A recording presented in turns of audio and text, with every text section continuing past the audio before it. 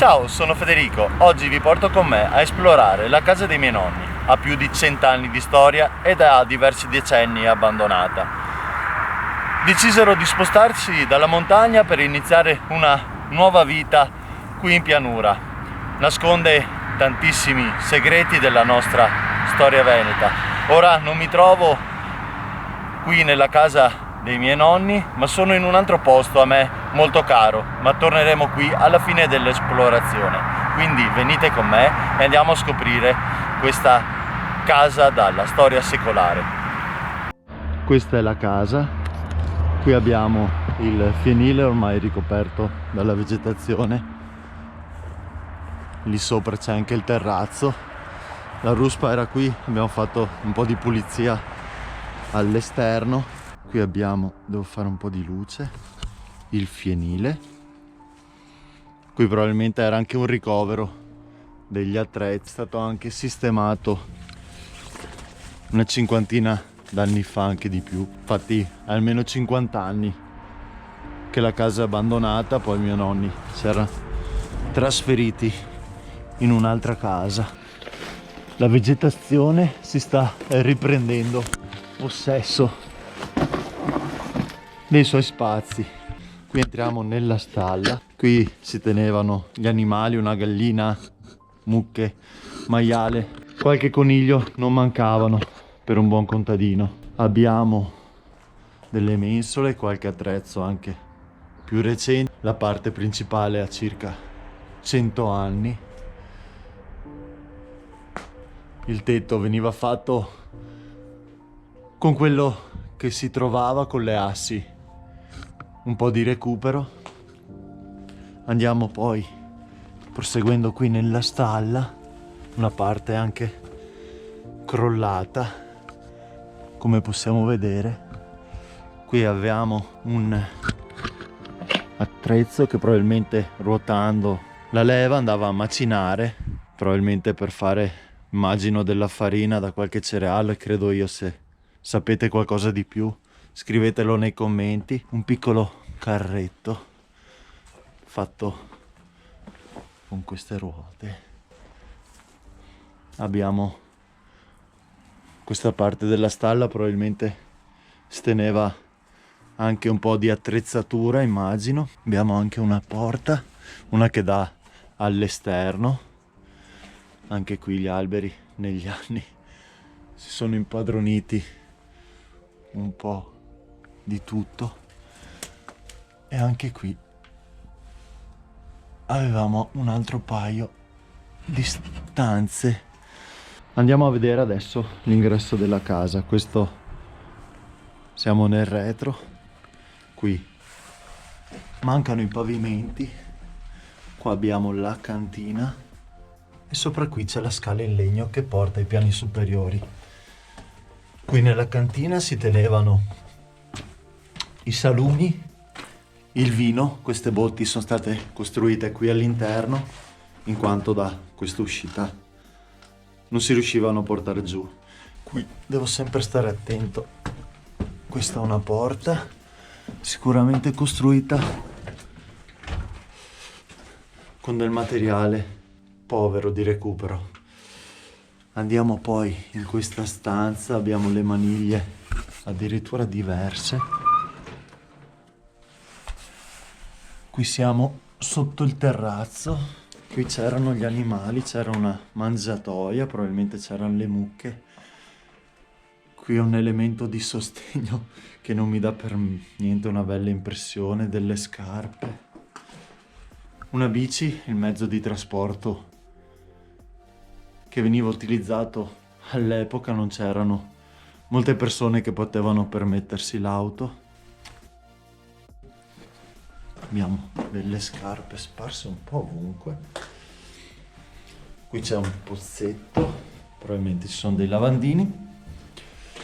Qua non sono entrato dall'ingresso in quanto questo palo precludeva la possibilità di entrarci. Abbiamo poi questa stanza, probabilmente era anche una sala da pranzo, una vecchia bici, la natura che vuole entrare in ogni pertugio. Questi mobili sono anche probabilmente leggermente più recenti di quell'epoca. Lì abbiamo una stufa, una piccola stufa. Queste TV un po' più recenti, ma non così tanto. Cavoli. Come sì, incredibile. In questa casa si fa veramente un salto nel tempo. Si viveva senza riscaldamento, si veniva da una prima guerra mondiale dove c'era stato anche il colera, il tifo, la peste dovute alle scarse condizioni igieniche che c'erano nelle trincee. Erano momenti duri e poi dover affrontare anche una seconda guerra mondiale. Possiamo capire la povertà che c'era. Circa 3 milioni di veneti sono andati a emigrare in altri paesi dal 1876 al 1976. Calcoliamo che 100 anni fa qui in Veneto la popolazione censita era all'intorno ai 3 milioni e 2, adesso siamo a 4 milioni e 8, quindi capiamo che c'era un'emigrazione di massa. Chi è rimasto con la fatica e il proprio sudore è riuscito a ricostruire un'economia. In queste stanze si respira anche quella voglia di farcela. Anche questa poteva essere una sala da pranzo, anzi qui si cucinava. Questa è più moderna, andava con la bombola a gas, lì è l'attacco. E qui avevamo 3 fornelli. Invece questa era, pensa la Rex, faceva già a legna. Lì abbiamo il contenitore per la legna, qui è dove si cucinava. Non è come oggi che c'erano tanti primi o secondi, ma c'era il piatto unico, la capa. Qui andiamo nel lavello in marmo, una volta erano fatti con la muratura. Ci sono anche delle padelle, scolapasta, immancabile. Qui un ripiano creato con un bel po' di fai da te. Qui ci sono anche delle pannocchie, una tinozza. In questa casa non troveremo i bagni perché i bagni erano all'esterno, quindi chi dice che si viveva meglio una volta, forse sì per le persone, ma immaginiamo il fumo che poteva esserci in questa stanza cucinando con quella stufetta a legna e dover uscire d'inverno. Qui non c'era riscaldamento, non troveremo caldaie. C'è lì contatori elettrici, ma fattibile che siano arrivati anche dopo, che inizialmente qui ci si alimentava, ci si faceva luce con delle candele. Le scale qui in legno. Saliamo, mi sembra, senza corrimani, una scopa. Quella è una classica scopa di una volta. Questa finestra che dà sulla stalla. Ecco come si chiudevano al tempo. Con queste sottilissime chiusure. Una maniglia veramente che sembra un fil di ferro. E lampadine. E qui siamo al primo piano. Ok, qui abbiamo il fienile. Qui c'è anche una struttura portante, però ho visto che sotto non è messa benissimo. Delle reti, c'è una rete anche lì con un materasso, ma lì probabilmente si tenevano le galline. Al primo piano qui c'è il fienile, qui c'è un altro deposito e adesso abbiamo questa chiusura che sembra quasi per mettere in castigo qualcuno. In questa piccola stanza, dei vestiti a terra e un letto con queste reti e queste strutture veramente datate. Abbiamo qui la camera matrimoniale. Qui avevamo anche la chicca dell'interruttore all'interno della stanza, anzi 2, e gli armadi, la cassapanca dell'epoca. Ah, ok, si apre così come si vede da qui manca anche la porta. Questa è un'altra camera. E qui si sale nuovamente. Abbiamo la vista sui campi nel retro che vengono ancora lavorati e la vista sul massiccio del Grappa imbiancato, stupendo. Proseguiamo all'ultimo piano. Qui abbiamo il terrazzo che è meglio evitare di andarci. E anche qui delle grondaie. Abbiamo un'altra camera. Qui non vedo attaccapanni, vorrei dire che quasi è stato quello lì in alto il vero attaccapanni di questa stanza.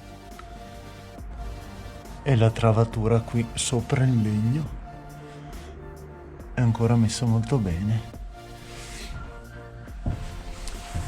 Questa porta, eccola qui, eccola qui.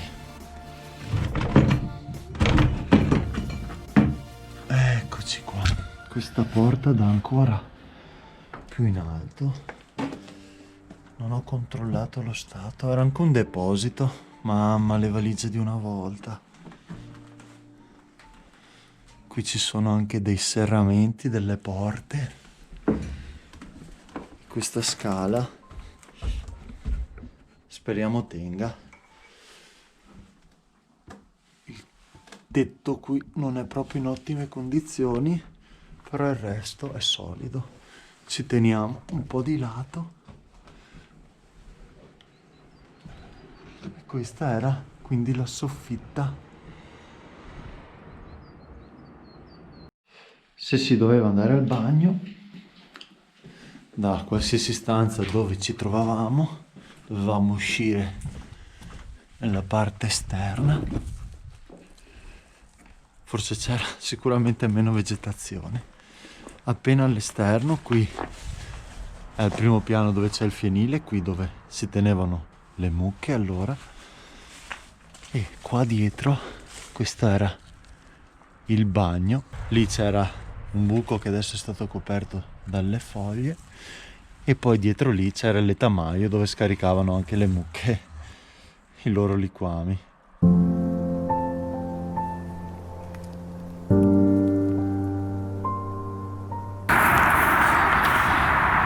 Eccovi con me al punto di partenza e anche punto di fine di questo video. Volevo trasmettere il messaggio che da piccolo davo per scontato, che i miei genitori riuscivano ad accontentare in qualche modo ogni mio desiderio, dandomi tutto il loro amore e anche tutte le possibilità per realizzarmi nella vita. Ora capisco, una volta che si inizia a lavorare, si inizia a capire il valore del denaro, quanti sacrifici e quante rinunce hanno fatto per permettermi di vivere a pieno la mia vita. Ora che nemmeno i miei genitori e neanche i miei nonni ci sono più, capisco l'importanza che mi hanno trasmesso con i loro valori e che porterò avanti in questa vita che ogni giorno cerco di godere a pieno. Grazie di aver visto questo video e al prossimo. Ciao da Federico.